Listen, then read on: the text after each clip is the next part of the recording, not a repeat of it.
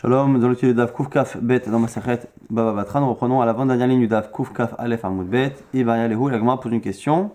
Eretz Israël, l'Ishvatim Iflou. Comment a été partagé Eretz Israël? Est-ce que Eretz Israël, l'Ishvatim Iflou, a été partagé entre les tribus? Il y avait 12 tribus qui devaient avoir une terre, puisqu'il y avait Ephraim et Ménaché, 2 tribus pour Yosef, et Lévi qui n'avait pas d'héritage. Donc on a 12 parties. Est-ce qu'on a partagé en 12 la terre d'Eretz Israël avec des parts égales? Et après, dans chaque tribu, on a séparé ce même terrain en fonction du nombre de personnes. Ce qui veut dire que selon ce calcul-là, une tribu qui était peu nombreuse, chaque père de famille avait un terrain qui était plus grand que les tribus très nombreuses, qui avaient le même terrain pour toute la tribu, mais qui avaient beaucoup plus de personnes à qui partager la terre. Odilma ou peut-être, Nikarka, Gavré, Ifloug. Est-ce que la terre a été partagée dès le départ en fonction du nombre de personnes? Donc on a partagé à peu près en 600 000 personnes, et après on a donné à chaque tribu une partie de la terre d'Israël en fonction du nombre de personnes. Et donc du coup la question en gros c'est est-ce que chaque homme a eu une part égale mais que les tribus de manière générale n'en ont pas eu, ou est-ce que c'est l'inverse, c'est les tribus qui ont eu des parts égales et les hommes non. Tashma l'Agmara apporte 2 réponses. Première réponse, Ben Rav Lim'at. C'est marqué dans Bamidbar, Al Pi Agoral Techalek Nahalato, Ben Rav Lim'at, que en fonction du tirage au sort que l'on fera, Techalek Nahalato, la part de la tribu sera égale. Ben Rav Lim'at, on dit Ben Rav Lim'at, que ce soit beaucoup ou que ce soit un peu. Et donc on a l'impression ici que ça a été partagé en fonction des tribus. Et que finalement, on peut se retrouver à avoir un qui a plus que l'autre. Ve'otanya, Od Braïta, Atida Eretz Israël, Chet Chalek, Lishosha Asar Shvatim. Plus tard, la terre d'Eretz Israël sera partagée en 13 tribus, c'est-à-dire en 13 parts. Shevatechila, L'Enchalka, Ela Lishneim Masar Shvatim, car au départ, elle n'était partagée qu'en 12 tribus. Et ici, le fait de dire en 13 tribus, ça n'a pas de sens. On verra que le 13e, ce sera le Mashiach qui aura une part en Eretz Israël. Et ici, on voit bien que quand on dit en 13, c'est pas 13 tribus, c'est 13 parts. Et donc du coup, là aussi, quand on dit qu'aujourd'hui, ça a été partagé en 12, ça a l'air d'être des parts égales. Ça, c'est les 2 braïtot qui vont servir à répondre à notre question. Et au passage, la Gemara continue la braïta et va étudier tout ce qui est dans la suite de cette braïta. Velo nitralka et la bekesef. Et la terre a été partagée en fonction avec de l'argent. Chez Neymar, on verra exactement ce que ça veut dire. C'est qu'on va compenser certaines choses avec de l'argent en fonction de soit de la taille, soit de l'accessibilité de chaque partie qui a été donnée. La terre a été partagée en fonction de certaines sommes d'argent. Chez Neymar, comme c'est marqué, Ben Rav Lim'at, que ce soit beaucoup ou un peu.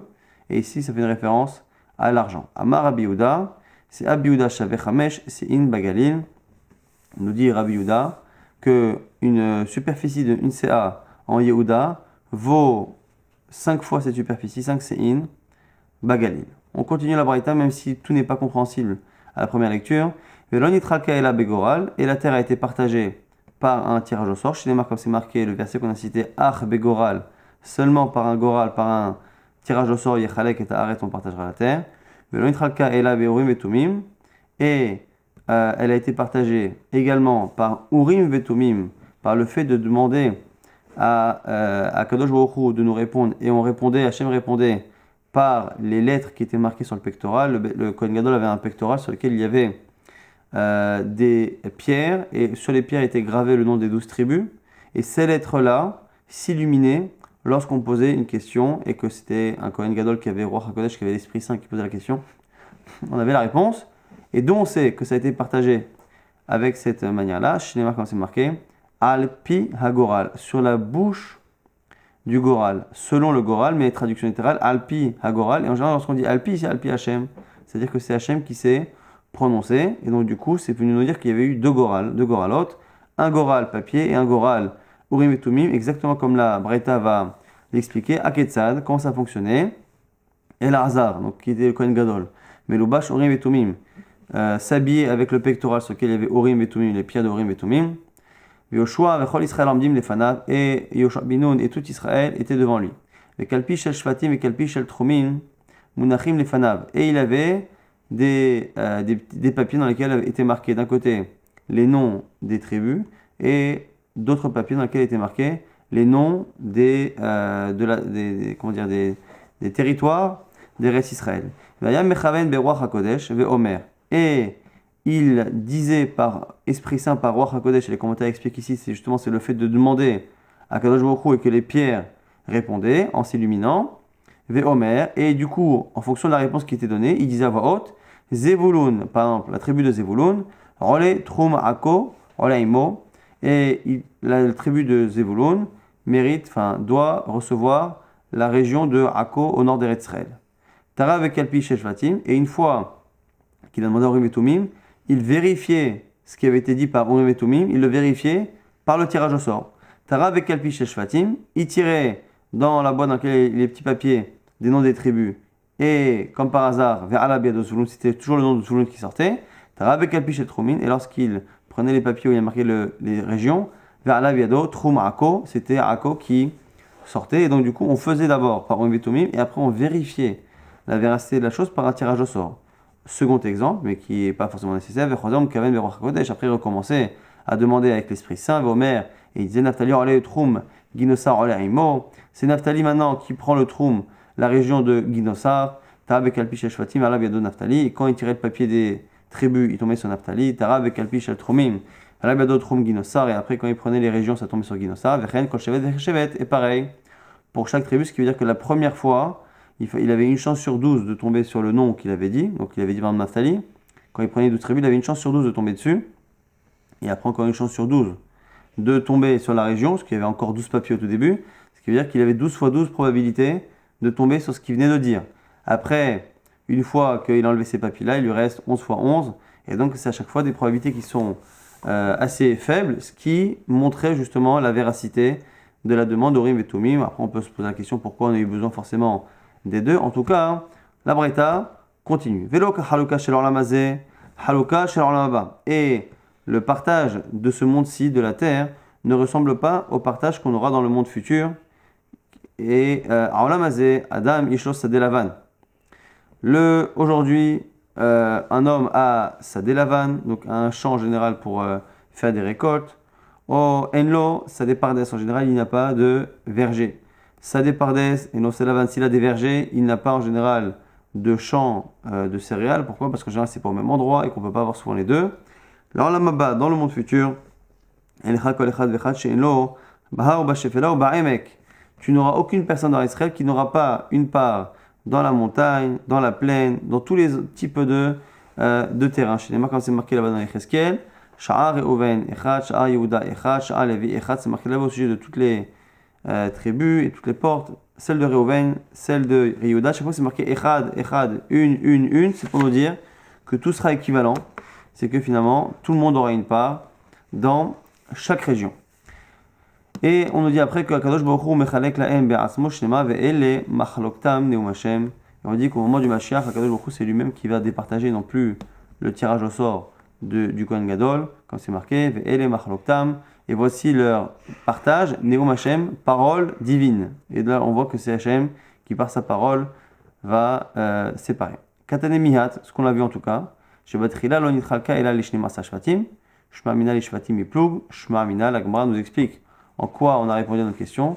Le fait de dire que c'était partagé en 12 tribus, on a notre réponse à notre question, c'était partagé en fonction des tribus et non pas en fonction des hommes. Dans tous les cas, même la suite de la Braïta qui avait dit qu'on mettait dans des papiers les noms des régions et les noms des tribus, ça n'a de sens que si les terrains sont de taille et de valeur équivalente. Amarma, on continue et on étudie petit à petit ce qu'on a vu dans cette Braïta.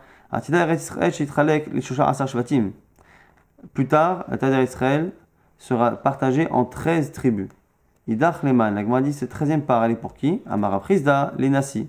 Ce sera pour le Nassi, celui qui va diriger, qui est le Melech HaMashiach. Dirtiv, comme c'est marqué, Veha Oved A'ir, et celui qui travaille pour la ville, donc celui qui sert la ville, comme c'est marqué à plusieurs reprises, que celui qui dirige, il est Oved, il travaille pour le Tzibour. Et Avduhu Mikol Shivte Israël. Parmi de toutes les tribus d'Israël, on va le servir. Alors c'est quoi le servir? Ici la Gemara a l'air de comprendre selon la Prisda que c'est une allusion au fait que chacun va donner un peu de la terre. Et donc du coup, ce qui était partagé en 12 tribus, chacune des tribus va donner un peu de sa part pour créer une 13e part qui sera pour le Nassi. Alors, objection de la Gemara, Marler, Rafapal et Abaye, Ema, Rongar, Be'alma.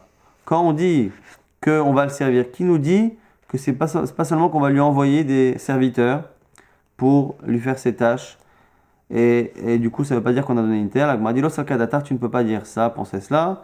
Dire-ti, c'est marqué dans Yecheskel là-bas, Ve'anota la Nassi, misé ou misé, les Troumat à Kodesh, Ve'la Chuzat Ta'ir. Est-ce qu'il y a en plus, pour le Nassi, misé ou misé, de cette tribu, de chaque tribu, les Troumat à Kodesh sera pour la Troumat à Kodesh, Ve'la Chuzat Ta'ir, et pour l'héritage de la ville, ce qu'il a en trop, et on a l'impression ici qu'on parle de terrain, et non pas ici de serviteurs qui viennent simplement le soulager dans ses besoins, mais on a l'impression ici que c'est une terre, donc on peut avoir en trop, et à ce moment-là, on la mettra ici ou là. Velo nitral kaila avec Safim, on a dit que la terre a été partagée en fonction de rémunération financière. Shneemar, comme c'est marqué, ben rav limaat, que ce soit beaucoup, que ce soit un peu, c'est une référence à une somme d'argent. La Gemara dit les mailles. Pourquoi parler d'argent? Il est mal les choufra, les sanya. Si tu veux me dire que c'est pour choufra une bonne terre, les sanya une mauvaise terre, c'est-à-dire que on a partagé la terre en fonction, enfin, la terre d'Israël en 12 parts qui ont la même valeur, même si certaines terres sont petites et certaines terres sont grandes. Et du coup, on a compensé avec celui qui a une terre qui est moins bonne, aura une compensation de l'autre. Là, on m'a dit, Atou Bishuftane Askinan, est-ce qu'on parle de gens stupides?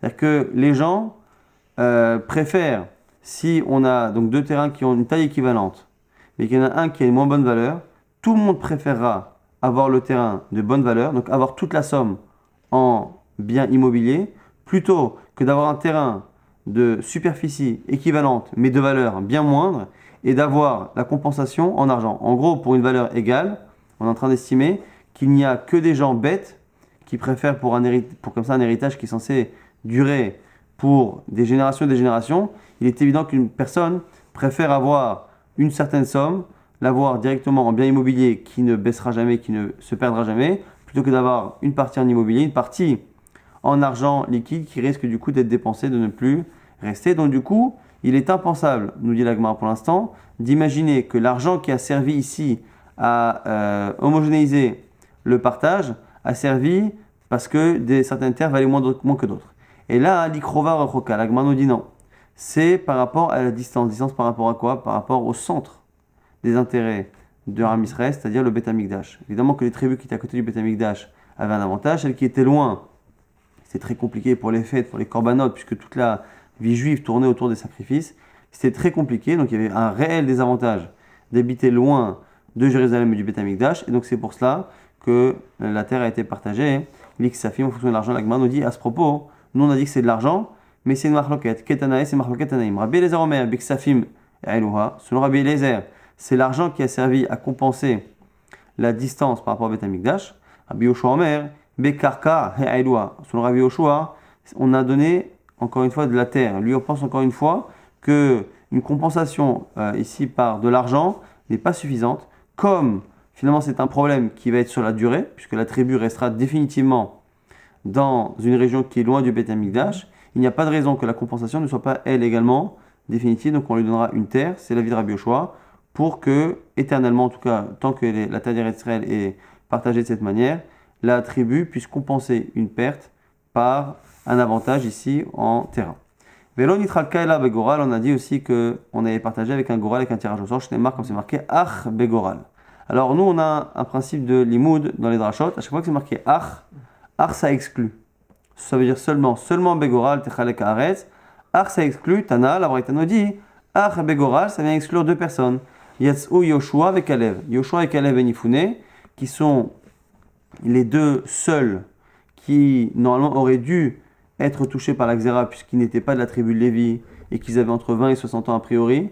Ce sont les deux seuls qui ne sont pas morts parmi ceux qui auraient dû être punis à cause des Meraglim. Et on a vu qu'ils ont hérité, rappelez-vous, des parts des 10 autres Meraglim qui, eux, ont perdu leur part.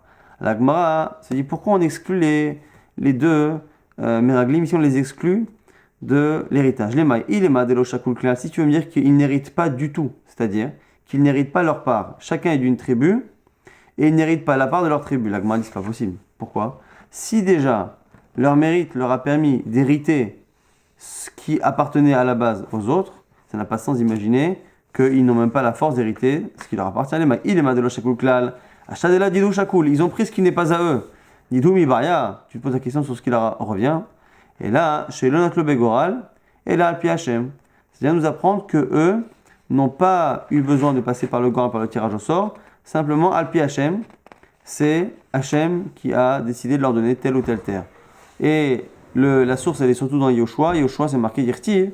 Al-pi Hachem, natnulo, par la parole de Dieu, on lui a donné à Josué, et Yoshua, et Ta'ir, à Shasha'al, la ville qu'il a demandé, et Timnat Serach, Be'ar Ephraim, la ville de Timnat Serach, dans la montagne d'Ephraim. Et au passage de la Gemara, va nous rapporter une dracha par rapport à Serach. Tiv Serach, Urtiv, Timnat Hayes. C'est marqué ici pour l'instant.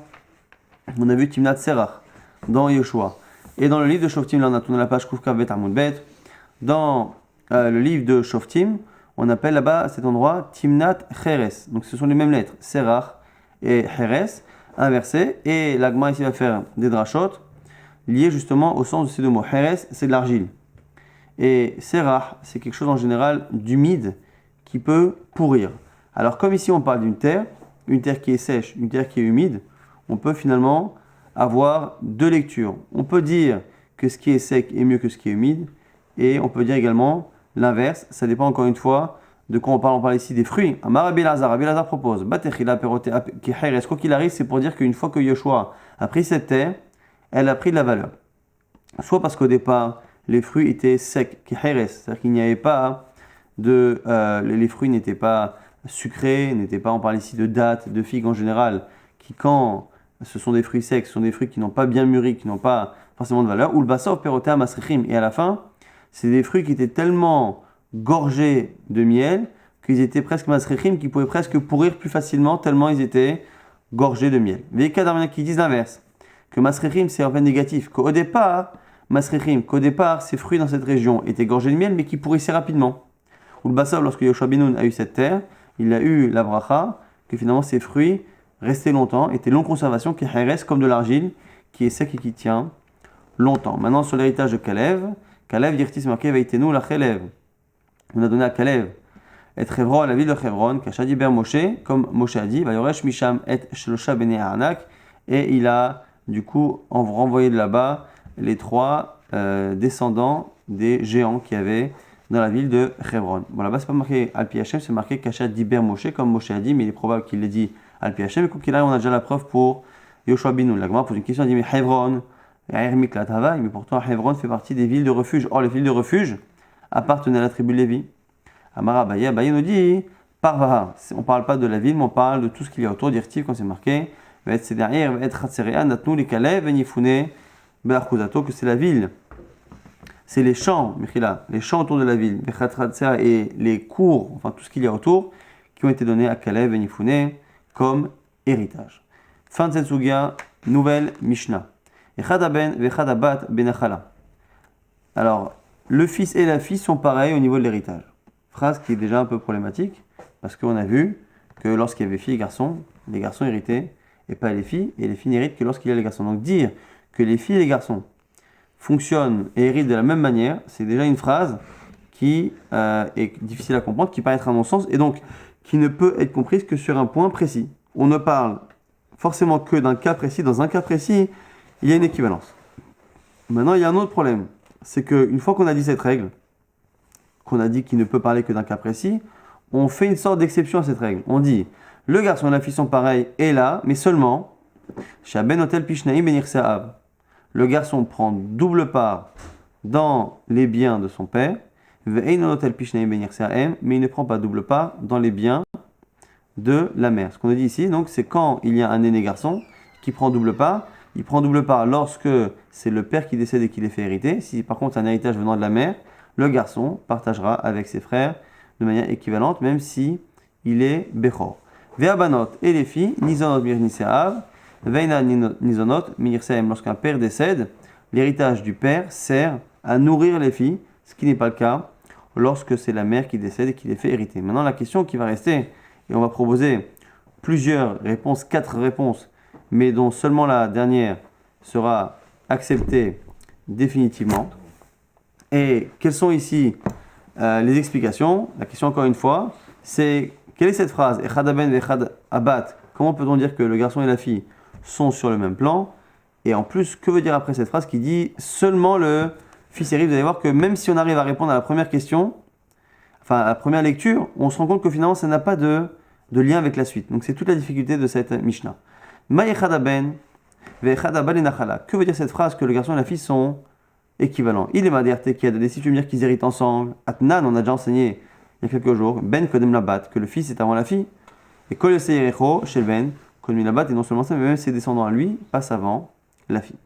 Alors, la Gemara nous dit, Siman, si tu veux retenir les noms des 4 qui ont proposé ici des réponses, c'est les Rachetevot, les premières lettres de Nafsham, leur âme, Nun, Pe, Shin, Mem. Premier, donc, c'est Ram Nachman, le Nun. Mar Ram Nachman Bar Yitzchak, Achikama, ça que ça veut dire. Echadaben, Vechadabat, Notlim, Baraoui, Kebemurzak. En quoi les garçons et la fille sont équivalents? Ils n'héritent pas en même temps. Mais quand un garçon hérite, ou quand une fille hérite quand il n'y a pas de garçon, les deux héritent à la fois de ce que le père possède au moment du décès, et ils héritent également de ce que le père doit toucher à l'avenir. Donc tout ce qui est créance et ce genre de choses, ou un animal qui donne un autre animal, ce genre de choses sont données à la fille et au garçon équivalent. Alors qu'on a vu par exemple que lorsque on parle de la double part, la deuxième part du Bechor, par contre, ne concernait pas justement ce qui est Raoui. Donc du coup, en quoi les deux sont équivalents? C'est dans la partie de l'héritage qui les concerne. Ils auront la même partie, c'est-à-dire Raoui et Mourzak. Ça, c'est ce qu'on propose. La Gemara dit, déjà, ça ne peut pas être ça. Pourquoi? Parce que c'est évident. Très souvent, on va rejeter ces explications pour deux choses. Non seulement parce qu'on connaît déjà cette halakha que tu veux m'expliquer au nom de cette Mishnah chez nous, donc c'est pas la peine de répéter. Et en plus, ça n'a pas de lien avec la suite. Hanamitanina, mais attends, c'est déjà marqué dans une Mishnah. Benot selofran naklusha chalakim benachala, hayek avien, sheimos emisraim, vechelko, imechab, benirsechever. On a dit que les filles de Tselophrad ont pris 3 parts dans l'héritage. La part de leur père dans la terre d'Israël et la part de leur père dans l'héritage du grand-père, qui est une double part. C'est comme ça qu'on arrive à 3. Et le fait qu'on ne sache pas qui est mort en premier, le grand-père ou le père, c'est-à-dire qu'il est possible que le grand-père soit mort après. Ce qui veut dire que la double part qu'elles ont héritée du grand-père, c'est une double part qu'elles ont héritée finalement de quelque chose qui est Raoui, qui n'était pas encore arrivé dans les mains de leur père. C'est-à-dire que leur père n'a pas hérité réellement de son propre père, donc du grand-père. Et donc on voit ici que les filles héritent de quelque chose qui est Raoui, même si ce n'est pas encore Mourzak. Vérod, et en plus cette explication ne tient pas. Maï est là. Comment peux-tu comprendre la coordination entre le début de la phrase en disant, tu sais quoi, les garçons et les filles, quand ils héritent à la fois de ce qui existe au moment du décès, et ils héritent également des revenus qui doivent venir après, mais seulement le garçon prend double part chez le père et pas chez la mère. Ça n'a aucun rapport. Il n'y a pas ici de raison de lier les deux. La deuxième partie de la phrase n'est pas une exception à la première règle. Et là, ma Rafapa, deuxième explication, on a dit Nafsham, Nun, Nachman, Pe, Rafapa. Achikama. C'est quoi? C'est pour nous dire que le garçon et la fille peuvent prendre une part dans la Bechora. Donc on dit peuvent prendre une part lorsque le père était Bechor, les enfants peuvent hériter. Donc on m'a dit ça aussi. Hanami Tanina, ça on l'a déjà enseigné. Mais chez Aya Bechor, ça on a vu aussi dans la même Mishnah qu'on a cité, que les filles de Tselofran, même si elles étaient une fille, elles ont hérité par leur père d'une double part. Donc ça aussi. Véran, des mêmes questions que tout à l'heure. Maï est là aussi. Une fois que tu me dis que les petits-enfants, filles ou garçons, peuvent toucher une part d'aîné, du père, en quoi après tu peux me dire, oui, mais seulement le garçon prendra la double part chez le père et pas chez la mère. Ça n'a rien à voir. Et là, Maravashi, Achikama. Troisième explication. Echad ben abanim, Echad ben abanim, ve Echad bat ben abanot. Que ce soit des petits-fils ou petites-filles, imama irash kol nechasai, devarav kayamin. Si, ou même pas, un des fils, il a un fils, et le père dit voilà, ça va être une marloquette qu'on verra plus tard, il a plusieurs fils, et il dit voilà, je veux que tout mon argent aille à ce fils. Si il a des filles, il dit voilà, je veux que ce soit cette fille qui hérite de moi. Vous avez remarqué qu'il ne peut pas le dire pour sa fille s'il a des garçons. Mais entre les garçons, il peut donner une priorité à l'un par rapport aux autres. Entre les filles, il peut donner une priorité à l'une par rapport à l'autre. Alors du coup, c'est peut-être ça. Quand on dit que le garçon et la fille sont équivalents, les garçons et la fille sont équivalents. Dans le cas où des garçons peuvent hériter, ou dans le cas où des filles peuvent hériter, dans les deux cas, le père peut décider de tout donner à l'un des garçons ou à l'une des filles. La Gemara dit Keman, ça va comme qui? Qui Rabbi Yochanan ben Beroka. C'est la vie de Rabbi Yochanan ben Beroka.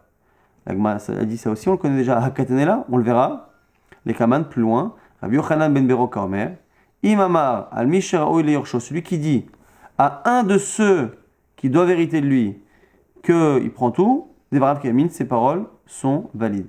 Al Misheno Yaraou le Yorsho, si il veut donner à celui qui à la base ne doit pas hériter en priorité, En Devarav Kamin, ça ne fonctionne pas.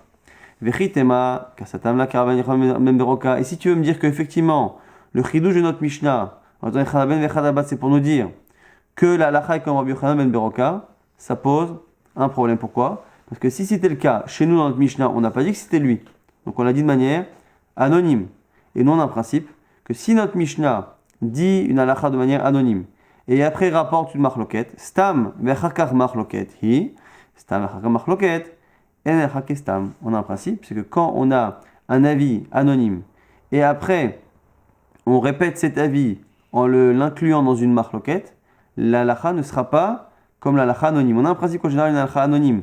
La halakha est comme elle, sauf quand par la suite on rapporte cet avis dans une marloquette. C'est une manière de dire finalement, tu sais ce que je t'ai dit quelques minutes auparavant, de manière impersonnelle, ça ne veut pas dire que c'est la halakha, c'est que je ne t'ai pas encore précisé qu'en fait c'est une discussion, et donc du coup, ça n'a la force que de Rabbi Yochanan ben Beroka, donc la halakha n'est pas comme cela. Donc du coup, si la halakha n'est pas comme cela, pourquoi nous l'avoir enseigné alors qu'on l'a déjà dit ailleurs? Donc la question reste la même, ça ne sert à rien.